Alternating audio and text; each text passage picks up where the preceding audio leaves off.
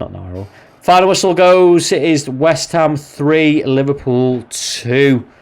Moyes and Klopp exchange a little high five there, Errol. Disappointing, not good enough, frustrating. Your face says it all. Can to I be go fair. home now? No, you can't go home, mate. You can't just be here when it's all good and we're winning games and we're putting the points away and we're undefeated. Liverpool's 25 game unbeaten run comes to an end.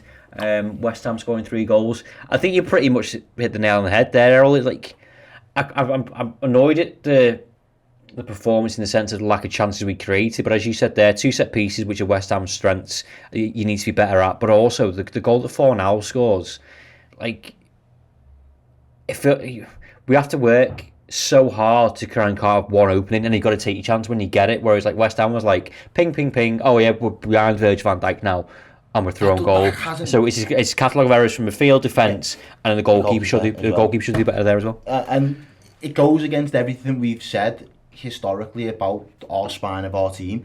You know, you get past Fabinho and then you've got Van Dijk or you've got Matip, and then if you're lucky enough to get past Matip or Van Dijk, then you've got Alisson in goal, and no one's beating him unless they put it in the corner.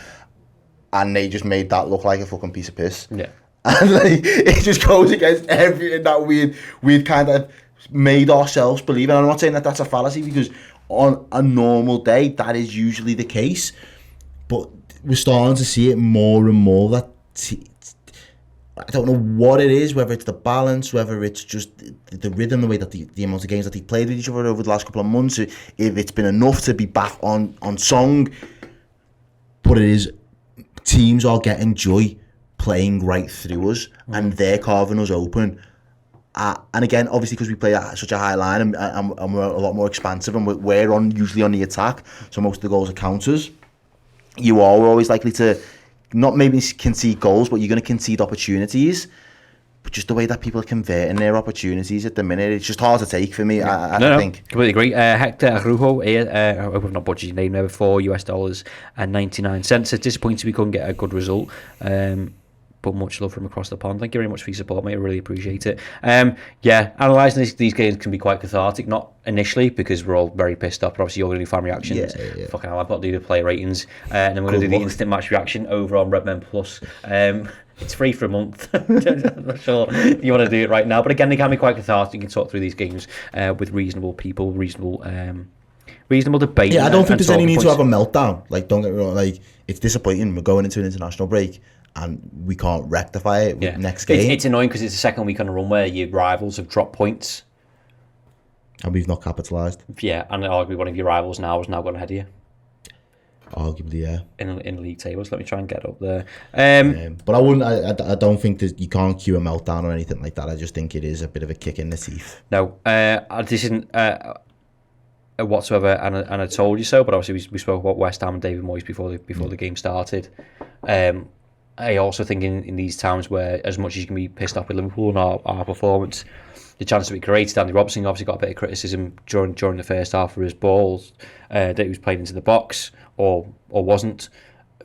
West Ham were organised, they set up well. The blueprint for Liverpool last season was certainly sit back, take your opportunities on counter-attacks and set pieces. Mm-hmm. You have to give, annoying as it is, you have to give them credit. Yeah, no, 100%. And David Moyes, sorry, by the way. Yeah, fair play to my man, because he set them up and they was on job today. They got it 100% right. They played to their strengths, i.e. set pieces. They put Alisson under pressure. Alisson didn't look comfortable at any of them. I think they only have 3 corners the whole game and scored from 2 of them. I mean, they were 1-0 up and had a shot on target, so... Do you know what I mean? So like, they absolutely smashed what they do well. I don't think, I was not making light of it, but I basically alluded to the fact that, for how good that they've been in open play, they haven't really carved us open yet, and then fucking 5 minutes later they go and carve us open like a piece of piss. So they still was able to then deploy that tactic when it was needed, and when they found the right time to do it, it was like, right, we're going to spring a trap for Liverpool, and then we're going to go out and hit them, and they did. You've just got to give them credit for the way that they applied themselves today. They was physical, they battled, they kind of left their mark on us early. Again, even with the goal, obviously gave them a lot of confidence to do that, but then the physical battles that they was winning, you might you'll watch match of the day, they'll talk about it later, or you'll watch Sky highlights, the ref watch, or whatever it might be, and there'll be conversations about that Creswell challenge on Jordan Henderson without a shadow of a doubt. It's 8 minutes into the game. Can't make excuses, but the referee probably should have been advised to have a look at that, in my opinion. Just even if he's not going to go out and give him a red card, have a look at that and think, are you comfortable with those type of tackles being used in a game like this? Or are you going to put your marker down now to say, if you're going to give a warning, that's it. But to not get a foul for me, that was absolutely fucking ridiculous, because that was really dangerous. If Jordan Henderson has to come off after 8 minutes, we lose that game before half time. Yeah. For me, anyway. So, as much as I can give them credit, you've still got to look at the way that they approach the game. And I was saying that we just needed that little bit more combative midfield, and to be fair, that was probably the most combative that we could have put out today.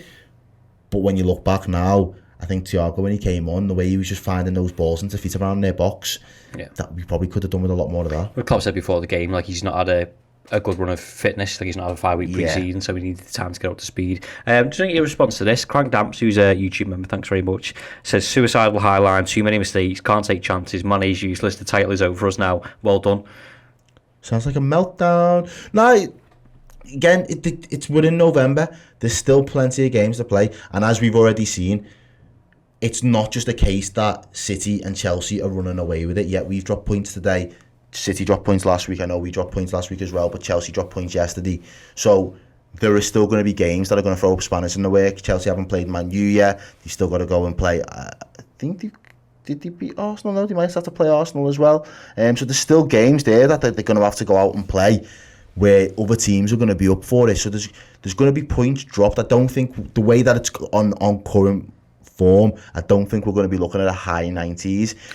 Chelsea have just drawn to Burnley, and Man City lost at home to Crystal Palace last week. You know what I mean? Exactly. We focused too much on us, and also had this the other day in a Discord chat. Other teams get injuries. Yeah. Like I can be frustrated with us. Lukaku's injured at the moment. Do you know what I mean? And he's going to be a big miss, because all right, he was scoring goals for fun at first, but once it dries up and you've not got a recognised striker to turn to, you build a rod for your own back in that sense. So I wouldn't say that the title is done, but what I will say is, if there are games title's won in November. No, definitely not. But they can be lost. Look at Man U. They're not going to be in the title race for the rest of the season now. So what I would say is, moving forward, if games start to materialise the way that this game did, where we don't get off to the right start, we look a little bit soft, we're getting beat to second balls, etc., it will only be a matter of time before we can't consider ourselves title challengers, because we had to win this game ugly today. That was the only way I could see us doing it. I couldn't see us having a stellar performance. I couldn't see us being at our majestic best. We had to win ugly today if it was going to happen, but we lost ugly, and it's ugly in the sense that we kind of was our own worst enemy in some parts. We knew how good that day was going to be in set pieces, and we didn't book up our ideas after we got a free warning the first time round. Little things like that, do you know what I mean? Like, normally we learn a lot better in game, and yeah, it's hard to take, but I'm not going to lose sleep over it. We've got 2 weeks now for it to debrief. But as I said before, because Liverpool have been so good, because we hadn't lost a game in 25 games, we as fans get to that point of going, how to react. Like, if you choose to have a meltdown, they're kind of fair enough. I don't know whether it's an age thing or whatever, and it's not that I'm harassed. I absolutely am, because I'm annoyed at the performance. I'm annoyed that we didn't get anything from that game, let alone a win. But also, I can accept that you can lose games of football. Yeah. And the best team won on the end of the day. They had a plan, and their plan paid off. Yeah. What they chose to set out and do absolutely worked for them. And what we was attempting to do didn't work enough. Think about it. That first half, in the comments, on Twitter, wherever it is that you're watching now, you tell me how many clear-cut chances from open play we created in that first half. No. I can't remember one off the top of my head. So if I can't remember one, there was probably at a push 1, maybe 2, that's me not watching, because I might have been in comments. Do you know what I mean? There wasn't. I don't think we did enough of that in that first half. Jota had a chance. I think it was first half. Yeah, I think that might have been it. And then in the second half, the ball over from Trent to Robbo first time into Mane. That was it in terms of before Origi scores. That was the chances that we created from open play. Now that is our go-to style and patterns. We want to carve teams open. We want to be able to create chances from open play. We want to be able to try and get in behind you. We want to put those big switch balls in from Virgil van Dijk to Mo Salah. So they're the things that we wanted to rely on as our Arsenal. and it wasn't good enough today. Yeah. And it's as simple as that. Whereas the things that they chose to rely on, they was able to punish us for it. They wanted to rely on set pieces. If we can nick a goal from a set piece, we're in the game. Yeah. And then there's an opportunity at some point that we'll counter them. And if we get the counter right, we're going to either be in pole position or we're going to be bringing the game back. And it just worked in their favour. And also, again, something that we pointed out before the start of the game, when you look towards the bench, you're going, well, if it's not working, what have you got in your locker? And it's like no Bobby Firmino, no Harvey Elliott, no Curtis Jones, no Naby Keita in there. Step up, Lord Divock. Yeah, and fair enough. The only thing you could argue that he should have probably come on sooner. Yeah, he stepped up and he done what was required of him on the day, which is guttering really, because he's not going to get that many opportunities as it is, and you want to be able to see those moments happen when we win, so it feels like yes, you're making a difference with the team, and you're having a positive impact on us. And as good as it was just too little too late, that goal for us at that point in time. So I value the input that he had and the impact that he had today, but it will be short-lived in the memory because we didn't get a fucking result from the back of it, man. So it's hard to take. One more person before we start to wrap up and do the rest of the post-match content is who should I do? Alisson Becker will do. We'll say Robertson for the instant match. And again, you said it before, when you feel it's not struggling, but like gets bypassed, and then your defence get bypassed, you're looking for him. I think 2 of the goals there, I think he can be really disappointed that he's conceded. Yeah, 100%. I mean, in fact, maybe even all 3. I know. I think the last one's just sly because nobody picks up Zuma on that back post. The ball is a big loop done anyway. I think there's a few people in our box that get crowded out and congested. He's then scrambling across as the only person that can actually make a difference at that point. The outfield players should have been doing a lot more for me on that last goal. The ones where I will criticise him though, and I think all of our players aren't exempt from criticism. No. You can criticise him, doesn't mean you think they're crap. Exactly. Yeah. I still think he's the best keeper in the world. My disappointment in him today was the fact that first goal, again, they're playing that set piece game and how strong they are at that. But be strong. Go out there 5 minutes into the game, just get a big fist off and just say, twat that ball 20 yards up the pitch. Even if it doesn't get to a Liverpool player, just show that you're not going to be bullied on your line by these, because that's what they're strong at. So I'm going to match that and meet your energy. That's what he should have done. The second goal, as I said before, bypassing that midfield, bypassing that defence, and then you see him. Maybe he's untight because he doesn't expect him to shoot that early, but I would just expect him to get a solid contact on that and palm it away. If there's a rebound afterwards, we'll deal with it in that phase of play, but in that moment, you need to be stopping that ball from crossing the line for me, and you could have been doing so much better. I know at the course of the season he's going to save us upwards of 8-10 points. You know that's what he's capable of doing. Which is quite funny because he has a very similar situation which he stopped. Yeah, exactly. He chose to use his feet and he stops it. It was offside, but it was pretty much identical. So yeah, it's a hard one to take because when so many times when the team haven't looked great, he's been a saviour and he's bailed us out. And it's you probably look at the other players then today and be like, you should have bailed him out. He made a mistake. Trent redeemed us in the first half, but go out there and make the focus not on Alisson by what you guys do on the other, all the other 10 outfield players. So yeah. It's nuts. And I suppose the other frustration there is going international break on a loss. It means we're going to have this little hangover for a while, for a week or so. Until we talk it through, might feel better.